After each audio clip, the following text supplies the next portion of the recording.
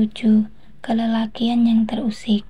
Usai perjumpaan hari itu di hati Rian seperti ada yang bergejolak. Bagaimanapun juga ia mendapatkan pekerjaan tersebut dari Pak Ridwan, yang notabene adalah suami Raya. Sedang Raya adalah mantan istri yang pernah Rian campakan demi menuruti ego Safitri. Mantan istri kah? Bagaimana bisa disebut mantan jika ternyata mereka belum pernah dipisahkan oleh kalimat talak? Tapi kenyataan saat ini Raya telah menjadi istri lelaki lain.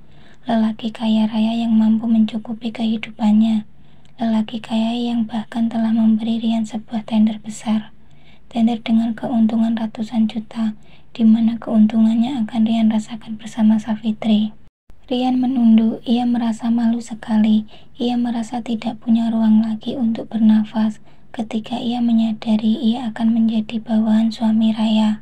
Ia mungkin akan terlihat secara emosional, dan mungkin ya bisa saja Raya akan membalas kelakuannya dulu saat ia meninggalkan Raya begitu saja. Semua hal bisa saja terjadi, semua hal mungkin saja muncul. Tapi bagaimana dengan bayi mungil yang kemarin Raya ceritakan? Bayi itu pasti adalah darah dagingnya. Dalam nafas bayi itu ada nafasnya. Selama menikah dengan Safitri, Rian tidak punya keturunan, dan bayi Raya itu adalah salah satu keturunannya, salah satu kebanggaan dan mimpinya. Rian pernah mempunyai mimpi yang teramat besar untuk menemui Raya dan bayi itu. Namun melihat kenyataan hari ini, semua menjadi serba tidak mungkin. Aku ingin sekali memeluk bayi itu. Dia satu-satunya keturunanku. Rian menggumam pelan. Ada banyak gejolak yang tidak bisa ia artikan. Kelakiannya terusik saat ini. Ia malu sekali pada Raya. Ia dulu tidak bisa mempertahankan cintanya pada Raya dan menghilang begitu saja hanya demi nama baik, kehormatan, dan harga diri. Namun dunia mempermainkan dirinya karena faktanya ia belum mampu jadi apapun saat ini. Rian hanya menjadi laki-laki biasa yang terus saja tunduk di bawah kendali Safitri. Di tempat yang lain, Raya sedang menimang putri cantiknya, Rasya, sebuah nama yang berarti Raya dan Suryansa. Ia memandangi wajah bayi itu, kemudian ia pun beralih memandang ibu jari kakinya yang hilang. Wow, ada guratan perih yang tersimpan di relung hatinya. Inikah saatnya melawan? Desis Raya dalam gumam yang tak biasa. Raya mencium kening Rasya, kemudian meletakkannya di atas kasur. Ia menitipkan bayinya pada Heni, pembantu baru yang bertugas hanya merawat bayinya saja. Ia melangkah menuju kamar. Pak Ridwan sedang terlelap. Raya telah membubuhkan pil tidur di dalam gelas kopinya tadi. Pantas saja suaminya masih tertidur pulas. Ia ingin suaminya tetap di sini, sebab nanti malam adalah malam minggu. Ia ingin jalan-jalan berdua. Inginnya hanya itu, tidak lebih. Namun sesuai kesepakatan, inginnya tidak mungkin bisa terwujud, sebab malam minggu adalah malam di mana Pak Ridwan harus berkumpul bersama keluarga intinya. Dulu sebelum menikah dengan Pak Ridwan, Raya memang telah sepakat, namun saat ini ia berusaha bermain cantik dengan mengingkari kesepakatan itu. Sesekali Raya ingin berbuat ingkar dengan menikmati akhir pekan bersama suami sendiri. Salahkah? Desis Raya sambil matanya masih tetap belum berpaling dari wajah suaminya. Hingga Pak Ridwan pun menggeliat, ia mulai membuka matanya. Sudah pukul berapa sayang? Tanya Pak Ridwan pada Raya. 5:30 mas. Aduh, Pak Ridwan pun menepuk jidatnya sendiri. Mas tidak bisa pulang dong. Raya kemudian menghambur dalam pelukan Pak Ridwan. Ia membiarkan lengannya menggelayu di leher milik suaminya itu. Sesekali tinggallah di sini di akhir pekan. Aku ingin mas, kumohon. Suara Raya sangat manja dan menantang. Ini pertama kalinya aku meminta. Aku yakin mas akan mengabulkannya. Suara Raya makin sendu mendayu. Suara yang tidak pernah Pak Ridwan dapatkan di dalam rumah tangganya di rumah yang lain. Kalau mas gak pulang nanti mas minta jatah lagi loh. 7 kali dalam semalam pun Raya akan lakukan, asal mas janji berada di sini malam ini.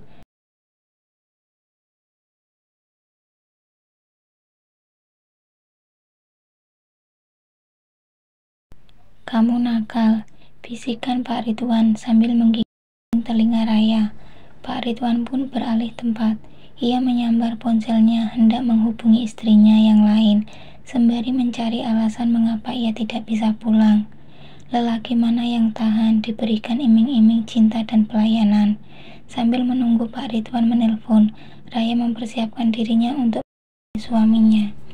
Raya tersenyum menang di depan cermin panjang kamar tidurnya. Wajah cantiknya ia raba.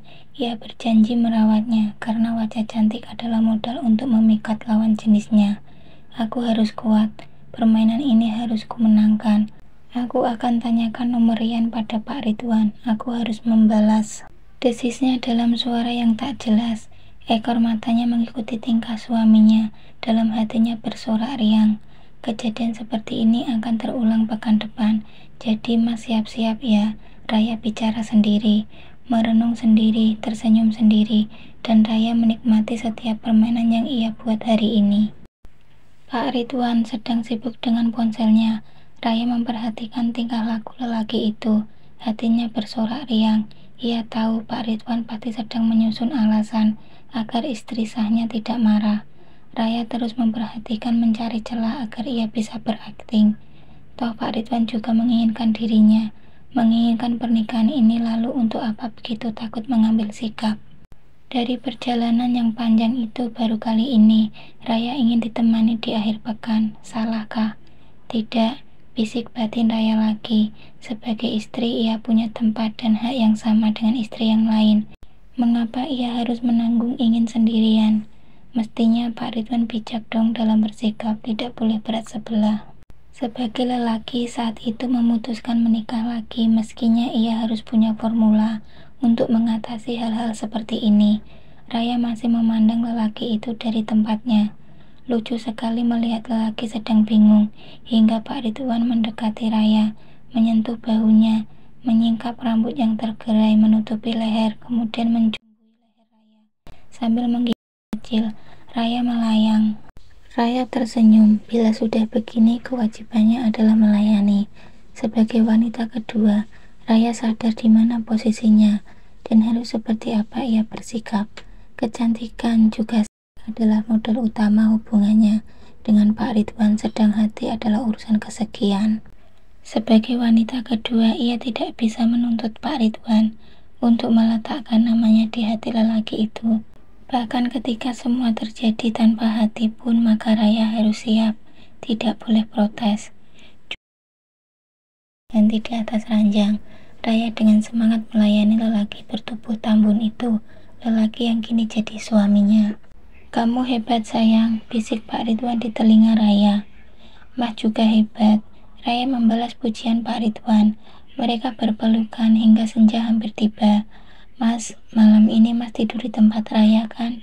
Raya bicara manja. Pasti dong. Ah, Raya bersorak riang. Puas sekali rasanya ia berhasil membuat suaminya mau melewatkan akhir pekan bersama dirinya. Raya mandi dulu ya Mas. Iya sayang, jawab Pak Ridwan sambil lengan kanannya udara milik Raya. Di kamar mandi, Raya membubuhkan sabun cair di tubuhnya. Ia harus tetap wangi di depan Pak Ridwan. Gaun panjang berwarna kuning gading dengan akses bunga-bunga membuat Raya manis nian. Ia menggandeng lelaki di sampingnya. Senyumnya mengembang sepanjang perjalanan. Ia telah menitipkan rahasia putrinya pada asisten rumah tangganya. Memasuki sebuah kafe mewah juga megah. Dentuman musik mulai terdengar. Raya terus melenggang bersama suaminya, memilih sebuah kursi yang letaknya di ujung. 2 dessert sudah ia pilih lengkap dengan minuman dingin dan hangat. Raya demikian manja, hingga tiba-tiba ia melihat Pak Ridwan berkali-kali memegang ponsel.